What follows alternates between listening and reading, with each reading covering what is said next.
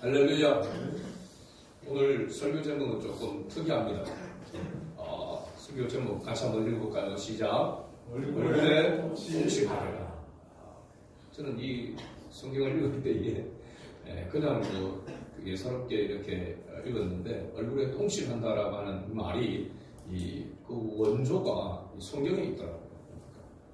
사실은 얼굴에 통치한다라고 하는 이 말이 조금 더 보면 심하게 그렇게 사용하는 말인데, 원래 주로 많이 사용하는 말은 얼굴에 먹칠한다, 얼굴에 먹칠한다, 얼굴에 먹칠한다라고 하는 그런 말인데, 얼굴에 먹칠한다라고 하는 그 의미는 얼굴을 들 수 없을 정도로 부끄러움과 수치스럽게 한다라고 하는 그런 말이 바로 얼굴에 먹칠한다라고 하는 것입니다.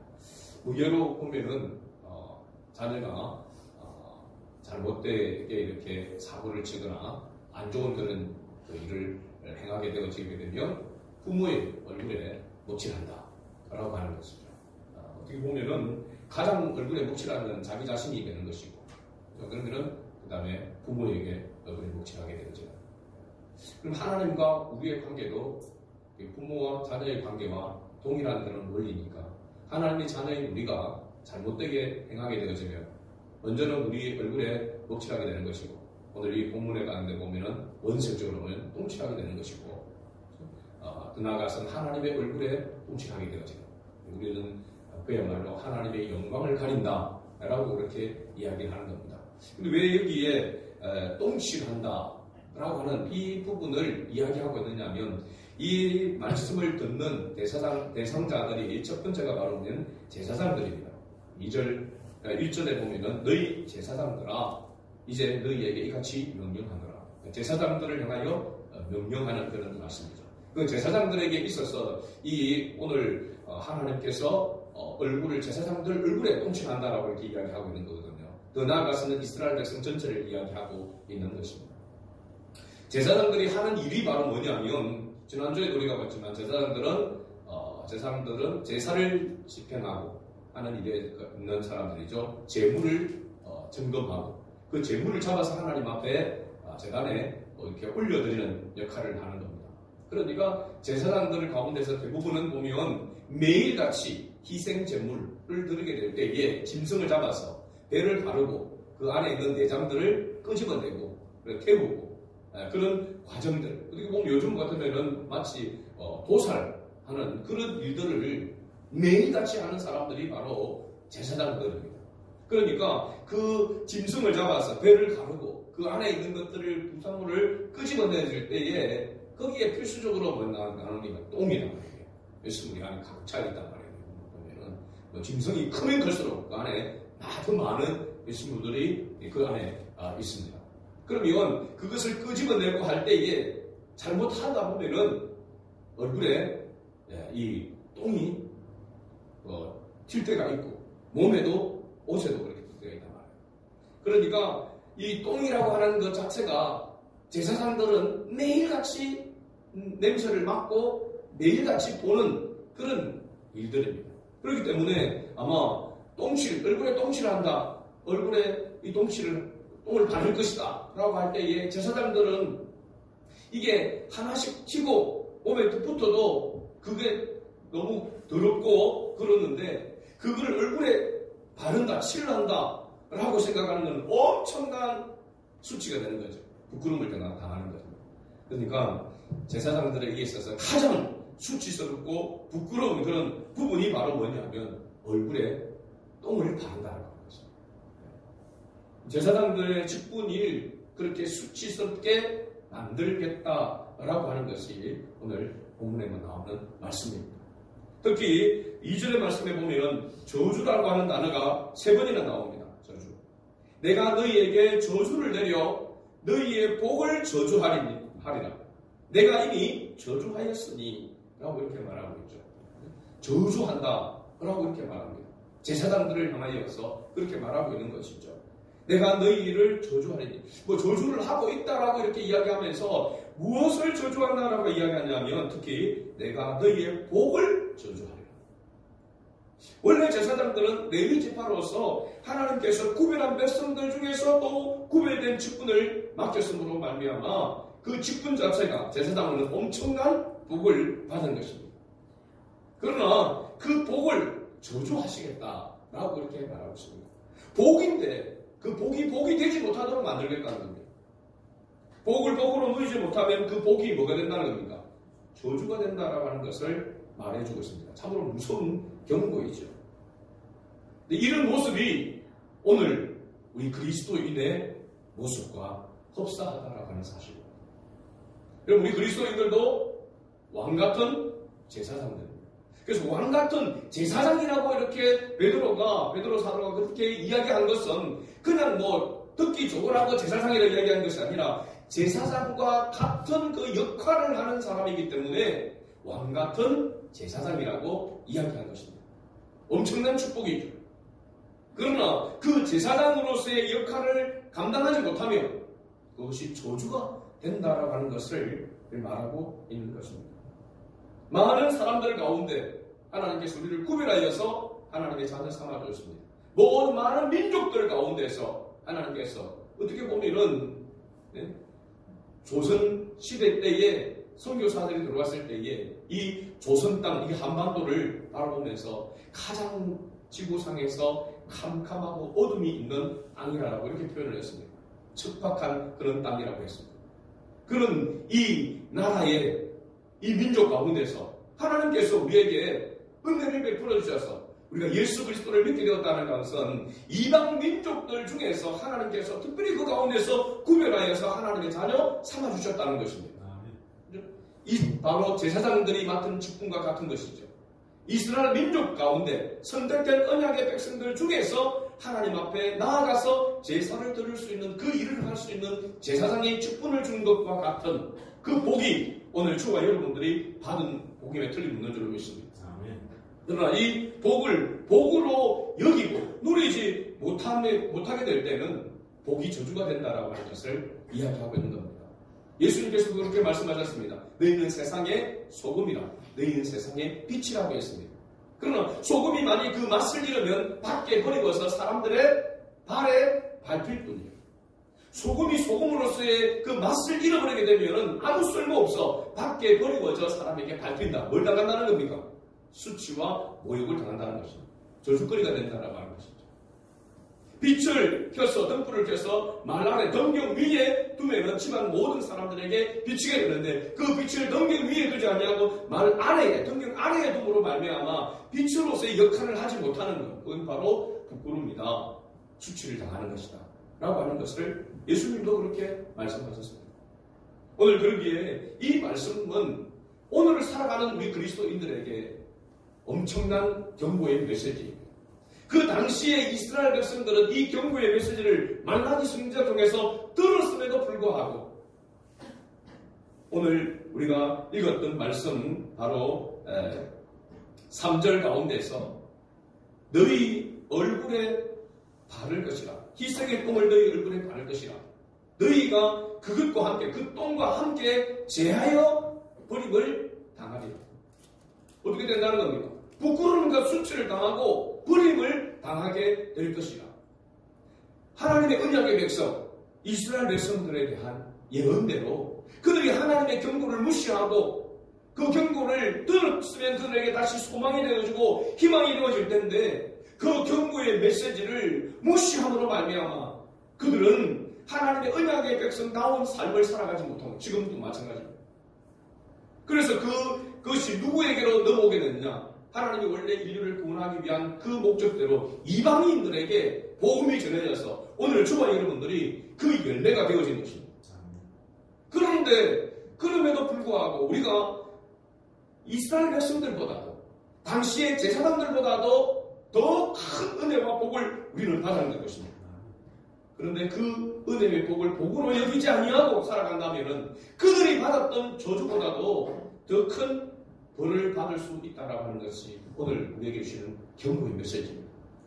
그러므로 이 경고의 메시지를 그냥 한쪽 귀로 듣고 한쪽 귀로 흘려버리고 아이고 그냥 설교다라고 생각하고 매주 듣는 설교다라고 생각하면은 우리는 이스라엘 백성들이 걸어갔던 그 길로 복이 저주가 되는 그 길로 갈 수밖에 없다라고 하는 것을 생각하면서 오늘 말씀을 잘 경청할 수 있는 저가 될 수 있기를 주 이름으로 축복합니다. 아멘. 자, 그렇다면 왜 이런 험악한 저주를 하나님께서 하셨을까? 말라기 1장에서 우리가 살펴보았을 때에 대표적으로 제사장들이 하나님의 사랑을 깨닫지 못했다고 했습니다. 하나님을 사랑하는데 하나님 어떻게 우리를 사랑하고 계십니까? 언제 우리를 사랑했습니까? 라고 이렇게 반문했다고 했습니다. 그래서 하나님의 사랑을 깨닫지 못하니까 그들이 하나님 앞에 제사를 드리는 것, 예배를 드리는 것을 어떻게 여겼다고 했죠? 번거롭게 여겼다고 했습니다. 귀찮아했다는 겁니다. 그래서 그렇기 때문에 뭘 갖다 바친 겁니까? 병든 것, 저는 것, 자기들을 다스리는 세상을 다스리는 나라를 다스리는 총독에게 바쳐도 그 총독이 받지 않을 그 재물을 하나님 앞에 바쳤다고 했습니다. 그걸 제사장들이 또한 자기들 목구멍이 포도청이라고 그것을 허락해서 받았다는 거죠. 그래서 가장 먼저는 그 하나님의 법을, 하나님의 말씀을 듣지 아니하고 그걸 수용하고 그들을 마땅히 채찍질하고 그들에게 경고해야 될 제사장들이 병들게, 영적으로 병들게 되므로, 타락하게 되므로 백성들 모두가 함께 합정이 되어져서 총체적인 그런 난국 가운데 있었다라고 이렇게 말씀을 드렸습니다. 이런 예배를, 제사를 번거롭게 여기는 이 백성들 때문에 하나님께서 지금 험악한 얼굴에 똥을 바른 것이요, 똥칠하리라 라고 이렇게 말하고 있는 것입니다. 오늘 2장에서 왜 제사장들을 비롯한 이스라엘 백성들이 이러한 행위를 하여 얼굴에 똥칠을 당할 수밖에 없는지 그 이유를 좀 더 구체적으로 말하고 있는데 간단하게 말하고 있습니다. 오늘 읽었던 2절 말씀 가운데 그 답이 나와 있습니다. 2절을 다시 읽어볼까요? 만군의 여호와가 이르노라 너희가 만일 듣지 아니하며 마음에 두지 아니하여 내 이름을 영원롭게 하지 아니하며. 자, 여기까지 봅니다. 저주, 복을 저주하리라 라고 이렇게 말씀하고 있는 거죠. 첫째는 뭐 하지 않았다는 겁니까? 하나님의 말씀을 듣지 아니하며. 둘째는 하나님 말씀을 듣지 않으니까 그 말씀을 마음에 두지 않았다는 것입니다. 세 번째는 하나님의 이름을 영화롭게 하지 아니하였다. 영화롭게 하지 아니하였다는 말은 하나님을 영화롭게 하고 하나님께 영광 돌리는 삶은 우리 하나님의 자녀가 하나님의 말씀을 따라서 순종할 때만 영광이 된다는 겁니다. 영광, 영광, 할렐루야라고 찬송을 불러서 영광을 하나님 받으시는 것이 아니라 하나님의 말씀대로 순종하는 하나님의 자녀가 하나님께 영광이 된다는 겁니다. 하나님의 이름을 영화롭게 한다는 거죠. 그러니까 말씀을 듣지 않으니 말씀을 마음에 두지도 않고 그 말씀을 따라서 순종하는 삶을 살아갈 수가 없는 것입니다. 그래서 가장 근본적인 원인은 뭐냐면 하나님의 말씀을 듣지 않았다는 사실입니다. 그런데 과연 듣지 않았을까? 듣지 아니한 것이 아니라 듣고도 그것을 하나님의 말씀으로 받지 않았다라고 말할 수 있습니다. 하나님의 말씀을 오히려 거부하고 거역했다라고 이렇게 말할 수 있는 것입니다. 하나님은 이러한 이유로 제사장들과 이스라엘 백성들에게 경고하신 것입니다. 3절에 보면은 보라 내가 너희의 자손을 꾸짖을 것이요. 자손을 꾸짖는다라고 하는 것은 그들의 후손을 벌하겠다라고 말하고 있습니다. 대제사장들과 제사장들 그리고 모든 이스라엘 백성들의 이 하나님 앞에서 하나님의 자녀다운 모습으로 세워지지 못하니까 그들의 후손을 벌하시겠다고 했습니다. 보통은 하나님이 범죄한 당사자들을 하나님이 벌하시지 그 자손, 그 후손대까지 그 죄를 묻지는 않습니다. 죄에 대한 원칙이 그렇습니다. 그런데 왜 하나님께서 자손들에게, 자녀들에게까지 벌을 하시겠다고 말하고 있을까요? 역설적인 부분이 있습니다. 자녀들이라도 깨닫고 돌아오도록 하는 것입니다. 광야에서 이스라엘 백성들이 출애굽한 이스라엘 백성들이 광야에서 출애굽한 1세대가 여호수아와 갈렙을 제외하고 모두가 다 죽었습니다. 광야에서. 출애굽 2세대가 가나안 땅에 정복해서 들어가게 된 것이죠. 하나님께서 왜 그들에게 그 어려움과 고통을 겪도록 하는 것, 자녀들에게 부모와 거슬렸던 잘못된 그 길로 가지 않도록 하기 위한 것입니다. 오늘 우리가 하나님의 자녀인 우리가, 부모인 우리가 하나님의 뜻을 따라서 살아가지 못하고 하나님의 영광을 위한 삶을 살아가지 못하게 되면 우리만 그렇게 못하고 끝나는 것이 아니라 우리 다음 세대도 그럴 수 있다는 겁니다. 그래서 어쩌면은 그 다음 세대가 나도 바로 서도록 하기 위해서 하나님은 계속해서 채찍질하겠다는 겁니다. 벌을 내리겠다는 겁니다. 돌아올 때까지, 하나님의 영광을 위하여 세워질 때까지 하나님께서 그렇게 하겠다는 겁니다. 막 그렇게 해도 돌아오지 않으면 하나님께서 흩으시겠다, 멸하시겠다라고 그렇게 말하고 있는 것이죠. 그리고 4절에서 보면 이러한 명령을 내린 근본적인 이유를 하나님께서 말씀합니다. 레위와 세운 나의 언약이 항상 있게 하려 함인 줄을 너희가 알리라. 제사장들에게 1차적으로 이렇게 이 경고를 하고 하시는 말씀은 그 제사장들이 레위 지파라는 거예요. 레위 지파에서 제사장들이 세워줄 수 있잖아요. 그렇죠? 레위 지파. 그런데 하나님께서 이미 이 레위 지파와 언약을 맺은 하나님, 그 언약이 있기 때문에 그 언약으로 말미암아 그들이 어떻게 보면 복을 받고 복된 그 직분을 맡아서 수행하고 있었다라고 하는 것입니다. 근데 뒤에 가서 보면 이 언약을 깨트렸다라고 이렇게 말하고 있죠. 5절에 보면 레위가 세운 나의 언약은 생명과 평강의 언약이라고 이렇게 말하고 있습니다. 이 레위가 세운 나의 언약, 생명과 평강의 언약, 하나님과 맺은 이 언약은 어디에서부터 비롯됐는가 보면은 그 참고를 할 때 창세기 34장의 4장과 그리고 창세기 49장을 살펴봐야 돼요. 간단하게 시간 때문에 창세기 34장은 어떤 사건이 나오면 야곱의 딸 하나밖에 없는 딸 디나가 세겜성에서 그 추장 세겜성인데 세겜이라고 하는 추장의 이름을 따서 세겜성입니다. 그 추장에 의해서 강간을 당하는 사건이 벌어지게 됩니다. 알죠? 우리가 창세기를 우리가 말씀을 나눴을 때에. 그런데 그 야곱의 딸 디나의 그 보복을 위해서 누가 앞장서서 나아갔냐면 야곱의 아들 중에 2명입니다. 누굽니까? 시므온과 레위입니다. 시므온과 레위가 그들에게 어떻게 보면 겉으로 언약을 맺은 척 하면서 뭐 했습니까? 할례를 받게 만들고 그 다음에 할례가 받아서 3일째 될 때 가장 고통스러울 때 그때에 시므온과 레위가 칼을 들고 가서 그 세겜성에 있는 모든 남자들을 다 죽여버립니다. 다 죽여버리고 여자와 아이들을 포로로 노예로 끌고 오게 되고 그 모든 그의 재산들을 가져오게 되었습니다.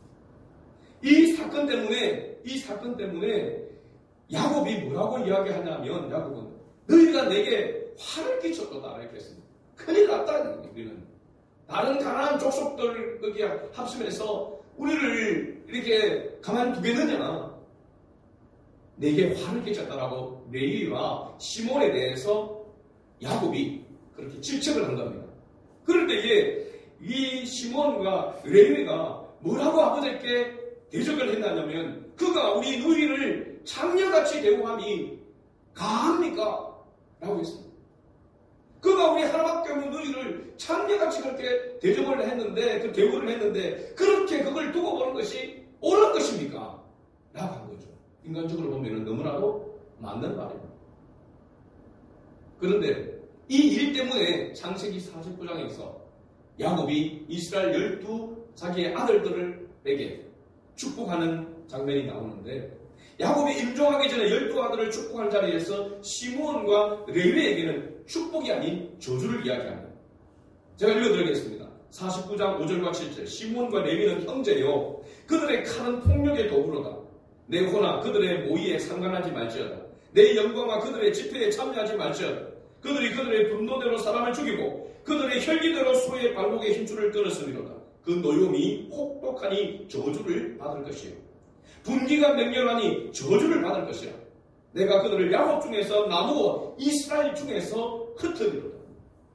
여러분 시몬과 레위에 대해서 다른 아들들에게는 축복을 이야기하는데 이 둘에 대해서는 저주 받을 것이라고 했습니다.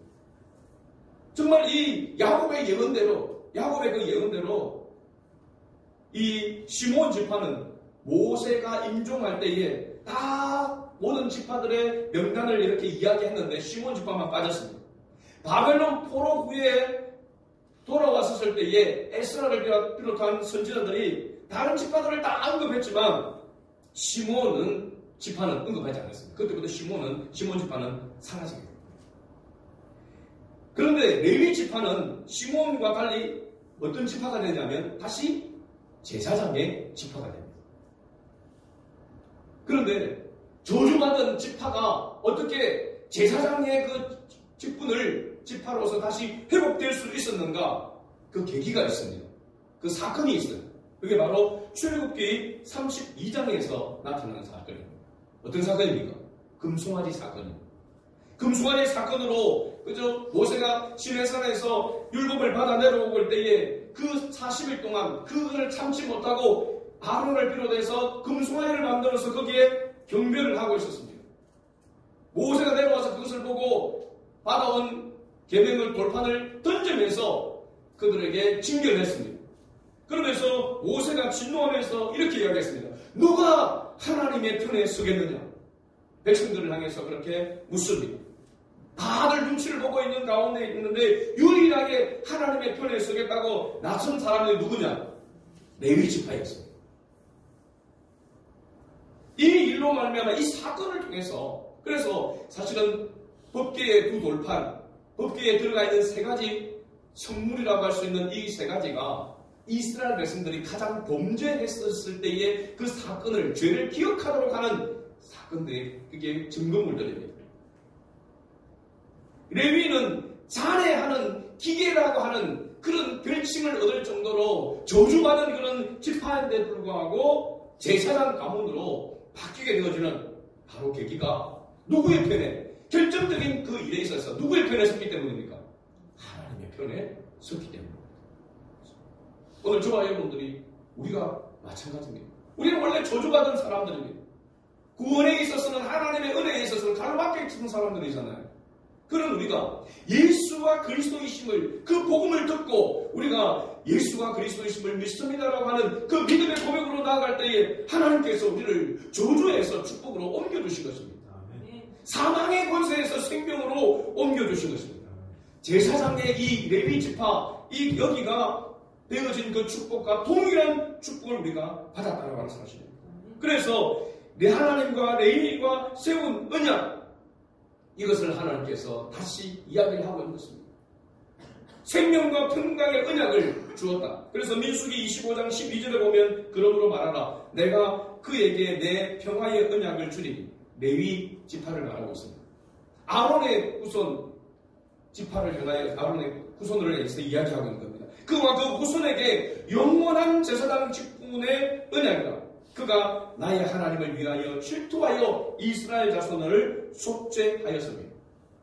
누가 여호와의 편에 서겠느냐라고 할 때 그때에 그들이 원래 잔해한 기계와 같은 저주받은 그들이 우리가 하나님 편에 서겠습니다 라고 하여 나아감으로 그들이 하나님과의 관계에 바르게 되어지게 되고 제사장 직분을 행할 수 있는 축복의 길에 서게 되는 것입니다. 하나님의 영광을 위하여 일할 수 있는 쓰임받을 수 있는 그 길에 서게 된 것이죠. 우리가 예수 그리스도로 말미암아 하나님의 자녀가 되어서 하나님의 영광을 위해서 살아갈 수 있는 이 은혜와 정확하게 동일한 은혜인 줄로 믿습니다. 그런데 왕같은 제사장인 이 복된 이 직분을 깨트리게 되어졌다는 것입니다. 하나님의 은혜와 이 언약의 말씀을 그들이 듣지 아니하고 마음에 두지 아니하고 그 언약대로 순종하지 아니하고 뒤에 가서 보면은 이 직분을 제사장 직분을 그들에게 맡긴 것은 여호와 하나님을 뭐하게 하려 합니다. 경외하게 하려 합니다. 하나님의 이름을 두려워하며 사랑함으로 섬겨야 한다라고 이렇게 말한 것이죠. 그러나 그들은 하나님을 경외하지 아니하고 하나님을 섬기는 것이 번거롭다고 귀찮아하면서 마지못해서 형식적인 그런 모습으로 하나님을 섬기는 모습으로 남아있었다는 것입니다. 그것은 원래 하나님이 주신 복이 아니라고 하는 사실. 우리가 억지로 마지못해서 하나님을 섬기는 것은 하나님에게 주신 복이 아닙니다. 그것은 바로 저주와 같은 것입니다. 하나님으로 인하여 기뻐하고 즐거워하면서 즐거이 하나님을 예배하는 것이 원래 하나님의 자녀의 모습입니다. 그런데 마지못해서 떠밀려와서 억지로 와서 앉아서 예배를 드리는 건 하나님 앞에 합당하지 않다는 겁니다. 하나님께서 우리 스스로는 즐거이 기쁘게 하나님을 섬길 수 있는 것이 우리에게 원래 없음을 알았었습니다. 그래서 예수님께서 우리를 위해서 보혜사 성령님을 보내주신 것이죠. 하나님의 진리의 말씀을 깨달을 수 있고 하나님의 진리의 말씀을 깨달을 뿐만 아니라 그 말씀 따라 순종할 수 있는 은혜와 능력을 성령을 통해서 우리에게 공급해 주시겠다. 공급받을 수 있는 길을 열어주신 것입니다. 그래서 말씀과 기도로 거룩하여지니라. 말씀과 기도로 구별되는 사람으로 살아갈 수 있다고 말하고 있는 것이죠. 그런데 우리는 끊임없이 자기 스스로 거룩해질 것이라 착각하고 있습니다. 성령의 도우심을 구하지 않습니다. 성령님을 인격적으로 받아들이지 아니하고 매 순간 성령님을 의지하지 않습니다. 말씀을 듣고도 말씀을 거부하는 것처럼 살아가고 있습니다.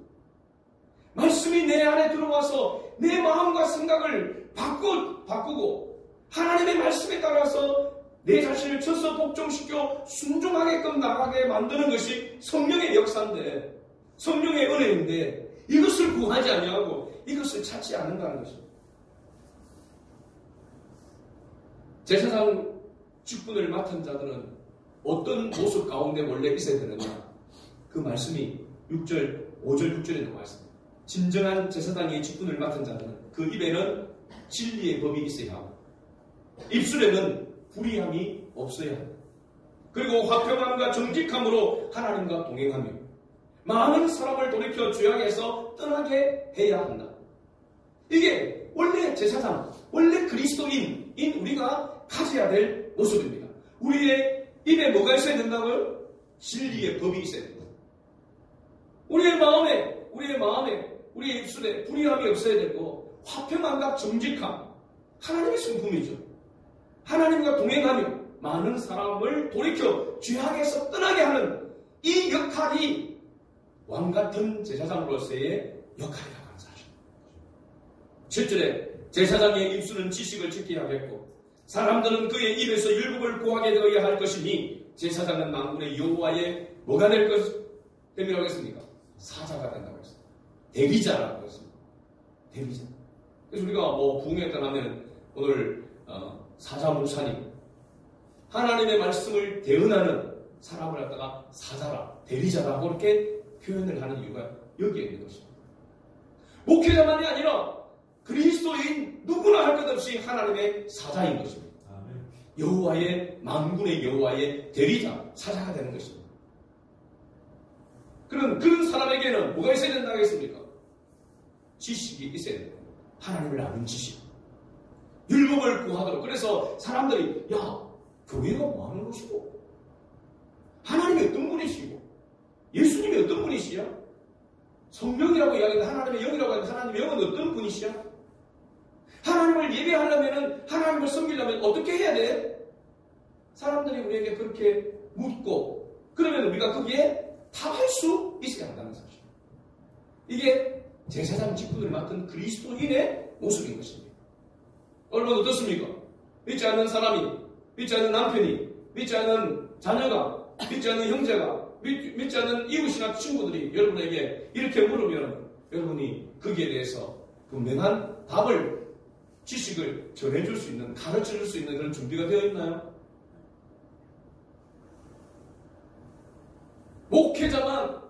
목사만이 그렇게 하라고 말하고 있지 않습니다.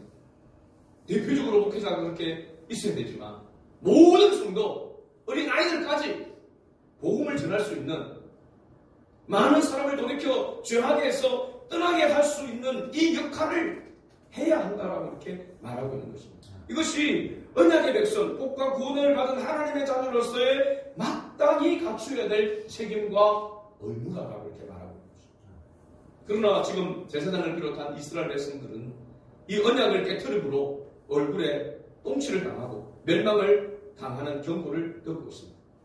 8절과 9절 다시 읽어봅니다. 8절과 9절 같이 읽습니다. 너희는 옳은 길에서 떠나 많은 사람을 율법에 거스르게 하는도다. 나 만군의 여호와가 이르노니 너희가 레위의 언약을 깨뜨렸느니라. 너희가 내 길을 지키지 아니하고 율법을 행할 때에 사람에게 치우치게 하였으므로 나도 너희로 하여금 모든 백성 앞에서 멸시와 전쟁을 당하게 하였느니라 하시니라.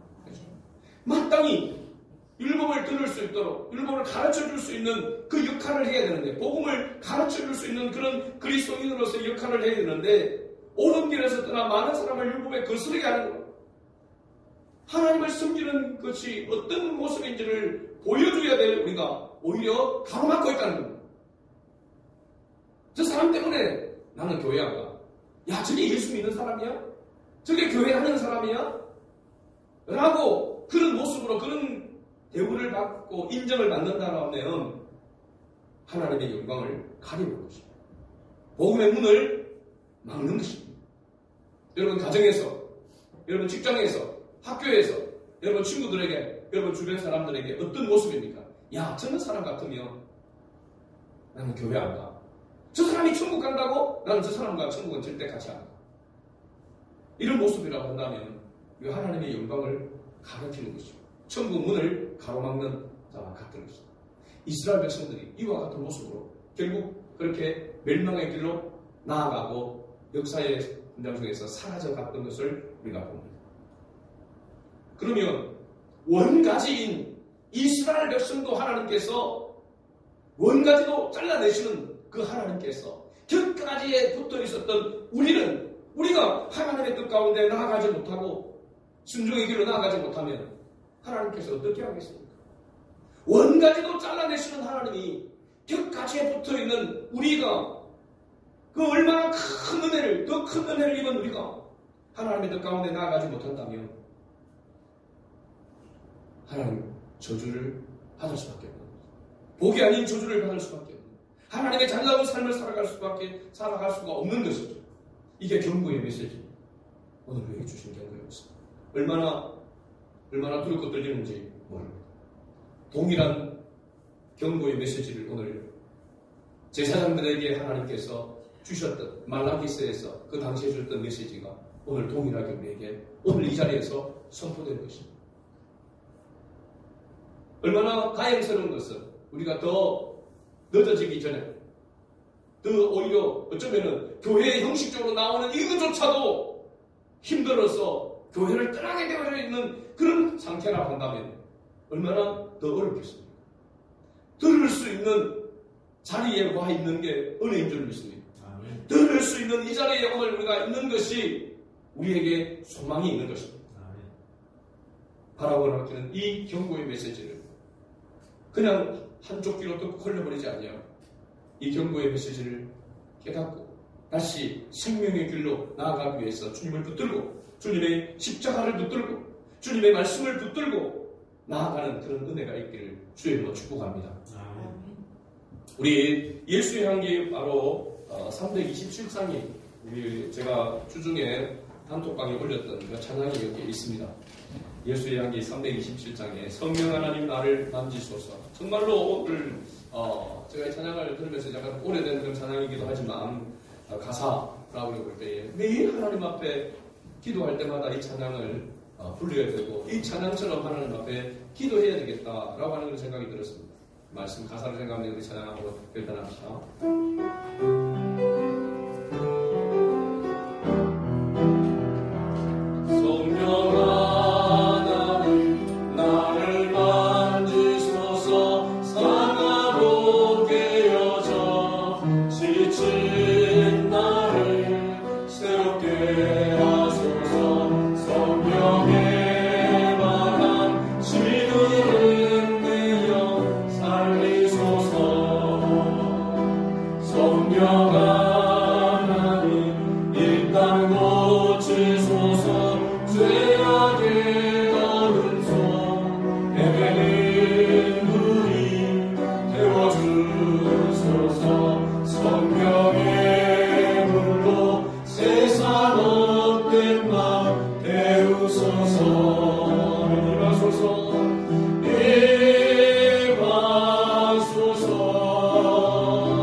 성령 하나님이시여